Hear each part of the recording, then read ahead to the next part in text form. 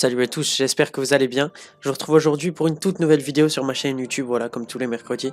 Et aujourd'hui, on n'est pas sur FIFA, on n'est pas sur mon ordi. J'ai demandé à mes proches de me poser des questions et surtout de me poser des dilemmes. Voilà, c'est un concept qui est tout nouveau sur la chaîne et je vais essayer de le refaire plusieurs fois si je vois que ça vous plaît, évidemment. Et, mais en fait, c'est pas un nouveau concept sur YouTube, ça a déjà été fait. Et, donc voilà, ça a été fait par Bruce Granek. Je vous mettrai sa vidéo dans la description parce qu'elle est pas mal aussi. Et du coup, voilà, on va commencer tout de suite dans le vif du sujet.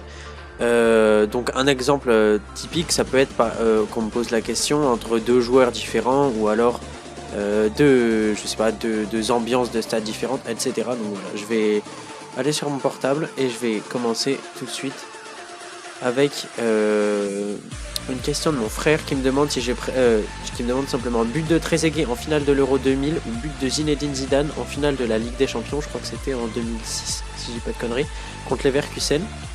Roberto por izquierda, la banda, en la frontal para Zidane, vamos Zizou, empalma Zizou, gol, gol, gol.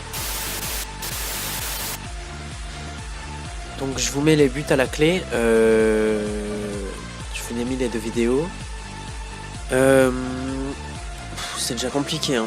Alors même si je suis supporter du Barça et que voilà, Zidane c'est le Real, j'ai énormément de respect pour cet homme déjà, ce qu'il a fait au Real c'est absolument exceptionnel et son but est magnifique.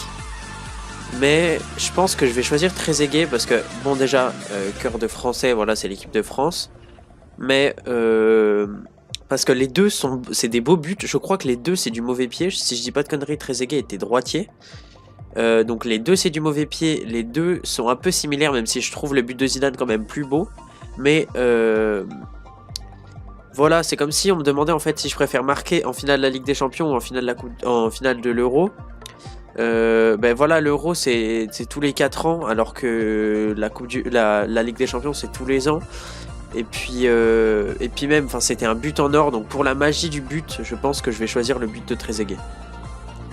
Alors ensuite, je vais aller chercher dans une autre question que mon pays gagne la Coupe du Monde ou que mon club gagne la Champions League. Bah voilà, typiquement, comme je viens de le dire, je préfère quand même que mon pays gagne la Coupe du Monde parce que c'est tous les 4 ans et il y a cette magie en fait que ça arrive pas souvent, etc. Alors que la Ligue des Champions c'est tous les ans, donc sur 4 ans par exemple mon club, donc le Barça, peut la gagner 2 fois par exemple, c'est faisable, ou même une fois, ou même plus si jamais, on sait jamais, mais du coup ouais, je vais choisir quand même que mon pays gagne la Coupe du Monde. Bon ça va, pour l'instant on n'est pas quand même, j'ai pas passé un quart d'heure à penser. Wow, je viens de voir la prochaine, Sergio Ramos ou Pepe. Oh là là, j'étais certain en plus qu'on allait me la poser cette question. Donc pour ceux qui ne savent pas, je n'aime pas le Real et j'aimais encore moins la charnière quand il y avait Ramos et Pepe. C'est vraiment deux joueurs que je déteste. Oh, c'est compliqué. Oh, j'en sais rien du tout en vrai. Parce que vraiment, Sergio Ramos, son caractère, son attitude. Après, je respecte les deux joueurs, ça, il n'y a pas de souci. Y a aucun problème là-dessus. Je respecte vraiment ce qu'ils font, ce qu'ils ont fait avec le Real, ce qu'ils font encore. Les deux joueurs jouent encore. Ramos est encore à un top niveau quand même. Mais je pense que je vais choisir Pepe parce qu'il est plus au Real, alors que Ramos il est toujours. Mais franchement, ça devient déjà compliqué. Ouais, je vais dire Pepe à la place de Ramos. Ensuite, j'ai une autre question. On me demande Van der Sar ou Oliver Kahn. Ça aussi c'est compliqué, c'est de très très grands gardiens. Alors moi j'ai été trop jeune, j'ai vu des compilations, des vidéos de ses arrêts, ses parades et tout. J'ai été trop jeune pour voir évoluer Oliver Kahn, mais je sais que c'était deux grands gardiens. Et moi j'ai vu par contre évoluer Van der Sar, vu que je l'ai vu déjà à la finale de Ligue des Champions contre le Barça Manchester. Et puis même vu que je suis aussi pour Arsenal en Angleterre, je l'ai vu évoluer tout simplement, voilà, quand Manchester était sous Sir Alex Ferguson. Mais je pense que je vais dire, je sais que Oliver Kahn a remporté la Ligue des Champions, je crois, en 2002 si je dis pas de conneries.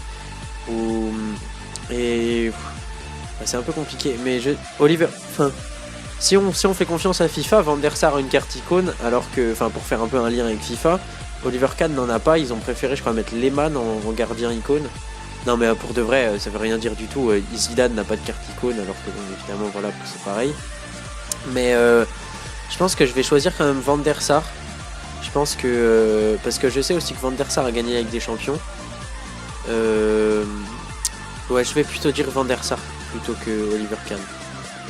Ensuite, la prochaine question qu'on me pose, c'est Guardiola ou Luis Enrique. Donc encore une fois, enfin, je pense que beaucoup de questions seront reliées quand même au Barça, vu que c'est mon club favori, que j'ai demandé à des proches. Quand j'aurai une communauté plus grande, je pourrais demander à des abonnés, à plus d'abonnés aussi. Mais alors Guardiola ou Luis Enrique, c'est pas compliqué, ce sera Guardiola. Les deux en fait ont un palmarès assez exceptionnel avec le Barça, mais je pense que Luis Enrique était dans une continuité assez logique de Guardiola, de l'identité de jeu, etc. Cette identité de jeu que par exemple Valverde ne met pas beaucoup en place, j'ai l'impression. Mais après je respecte les trois entraîneurs, mais bon, je quitte un peu le sujet. Du coup oui, ce sera Guardiola à la place de Luis Enrique pour ce qu'il a fait au Barça et ce qu'il a apporté dans sa technicité, etc. Et puis même c'est un entraîneur pour lequel j'ai beaucoup de respect. J'aime pas forcément City, mais je suis obligé d'aimer cette équipe justement pour Guardiola, donc ce sera Guardiola sans hésitation. Récente. Pour ou contre le retour d'un plan de jeu avec un vrai numéro 10.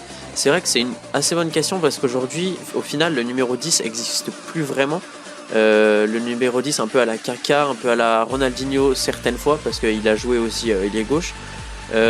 C'était un peu un truc du passé entre guillemets, parce qu'aujourd'hui si on prend les grands clubs, il n'y a pas vraiment de numéro 10, ou alors les joueurs qui ont un numéro 10 jouent pas au poste numéro 10. Je pense à Modric par exemple qui joue plus quand même milieu central que milieu offensif central.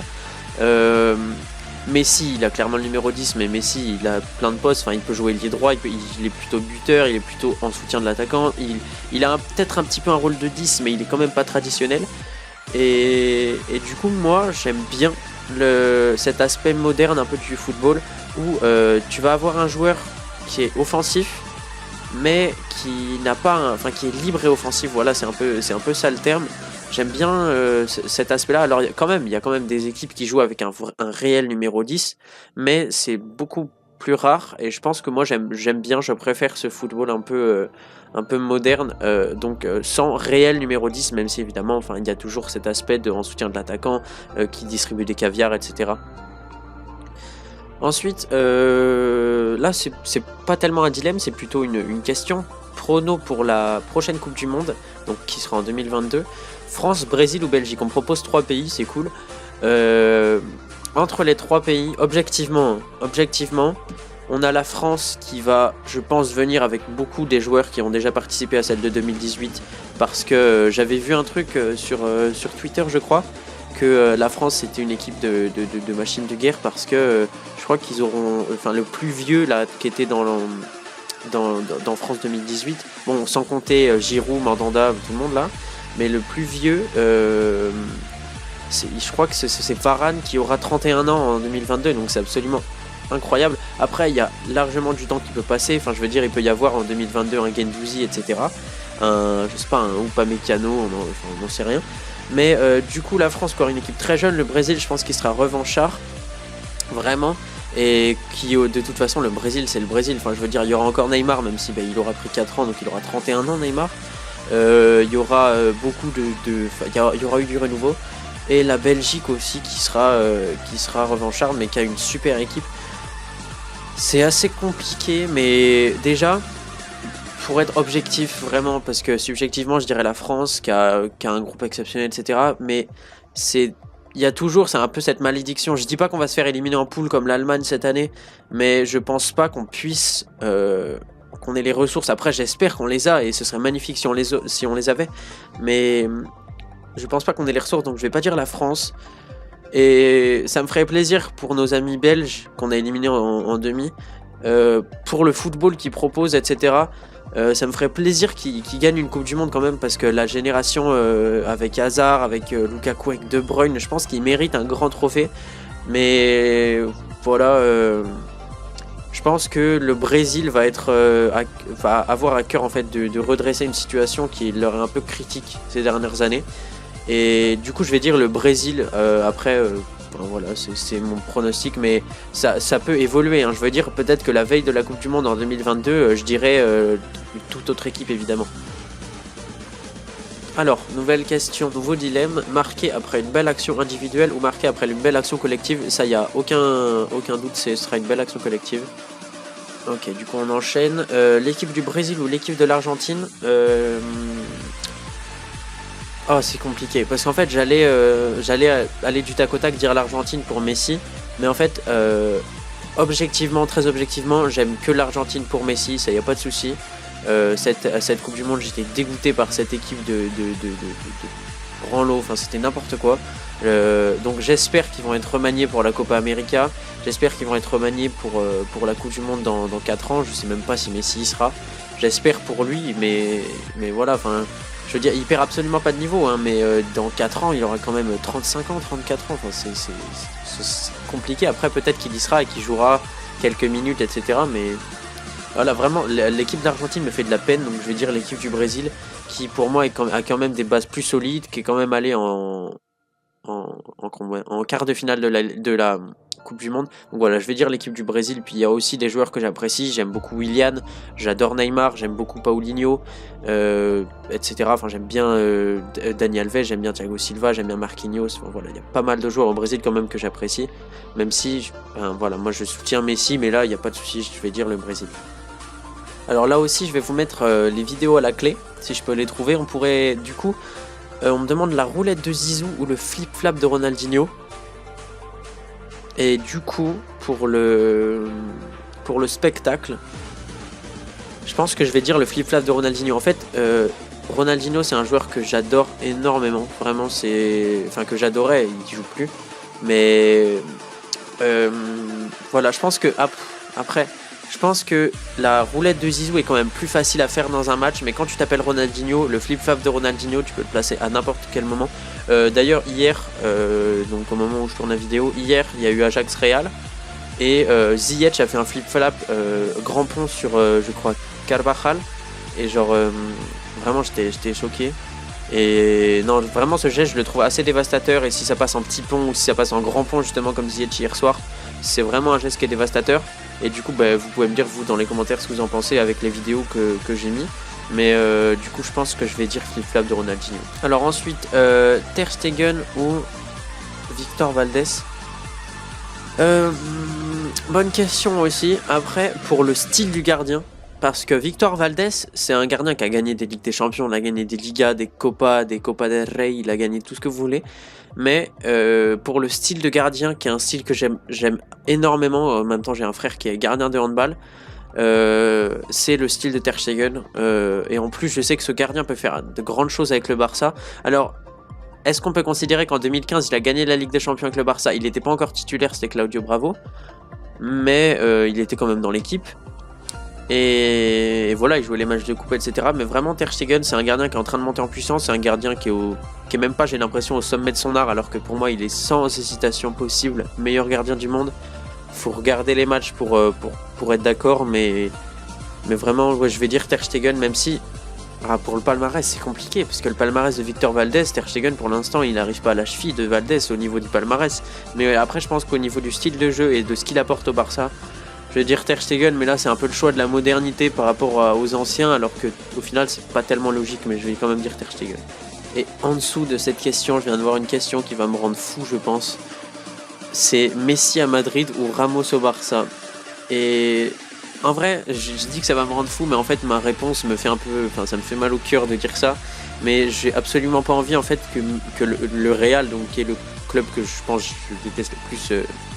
De tous les clubs d'Europe et puis même du monde. J'ai pas envie que le Real ait un joueur aussi fort que Messi. Du coup, je vais dire Ramos au Barça, mais après, ça me fait, enfin ouais, ça m'embête un peu que il y a un mec avec ce caractère-là. Après, je suis mauvaise langue parce qu'en soi, Ramos, c'est un super joueur et après, il viendra jamais au Barça. Puis s'il venait au Barça, je veux dire, à chaque fois qu'il toucherait le ballon, il serait sifflé de ouf et tout. Mais je vais dire Ramos parce qu'il peut apporter quelque chose en défense, il peut apporter de la taille sur corner et tout, donc je vais dire quand même Ramos au Barça, mais bon, ça me fait vraiment mal au cœur. Du coup, je viens de voir que j'ai déjà répondu à 11 questions et il m'en reste vraiment beaucoup. Donc ça va être à vous en fait de me le dire, mais si la vidéo vous plaît déjà, bah, n'hésitez pas à mettre un petit pouce en l'air, comme ça je vois que s'il y en a beaucoup, déjà je vois que ça vous a plu. Et en plus de ça, n'hésitez pas à me dire en fait dans les commentaires si vous voulez qu'il y ait un épisode 2, parce que j'ai encore plein de questions en réserve. Et du coup maintenant que vous avez regardé la vidéo, vous pouvez aussi m'en poser en commentaire, etc. Et moi je pourrais y répondre dans plusieurs épisodes. Et si on peut lancer une série, ça peut vraiment être cool.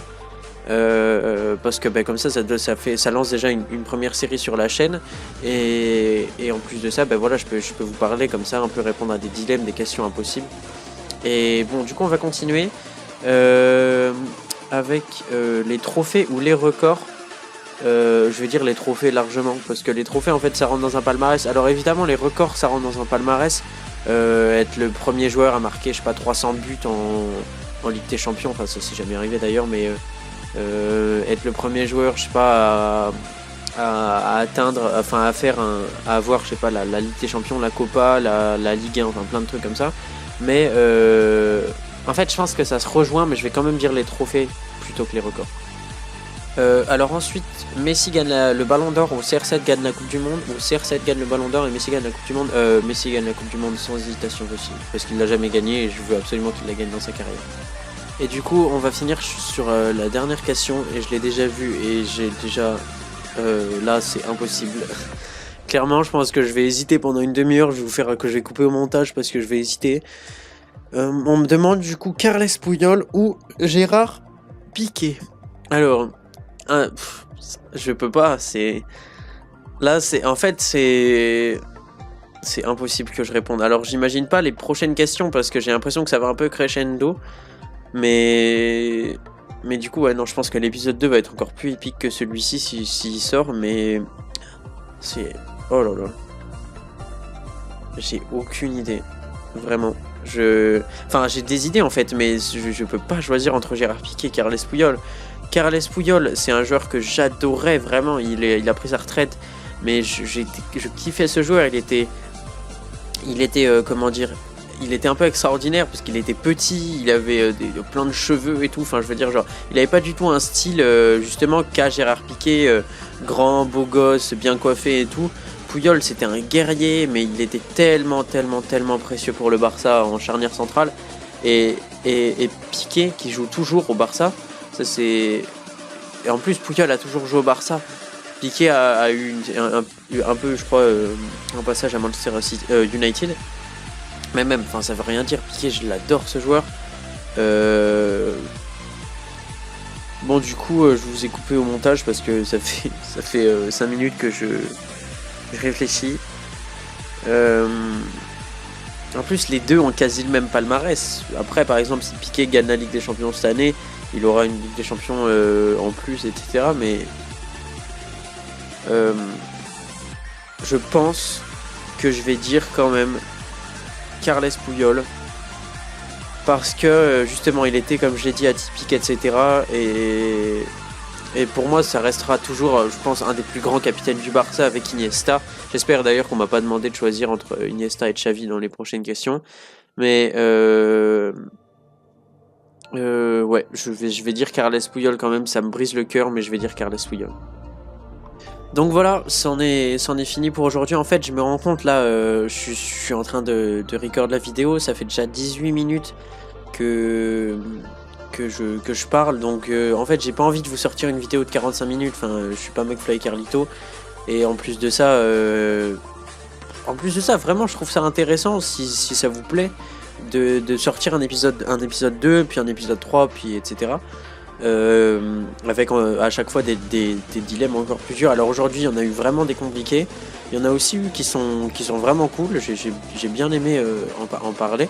Et du coup voilà, si la vidéo vous a plu, comme je vous l'ai dit, je vais pas vous le redire, mais du coup faites comme vous voulez en fait, si ça vous plaît ou pas. Et puis moi je vous dis à la prochaine, merci pour les questions, c'était vraiment des questions que j'ai trouvées très pertinentes, et il en reste, j'ai pas tout fini, donc voilà, merci beaucoup pour ces questions, même si ça m'a torturé l'esprit, merci beaucoup. Et puis moi je vous dis à très bientôt pour une nouvelle vidéo, ciao tout le monde.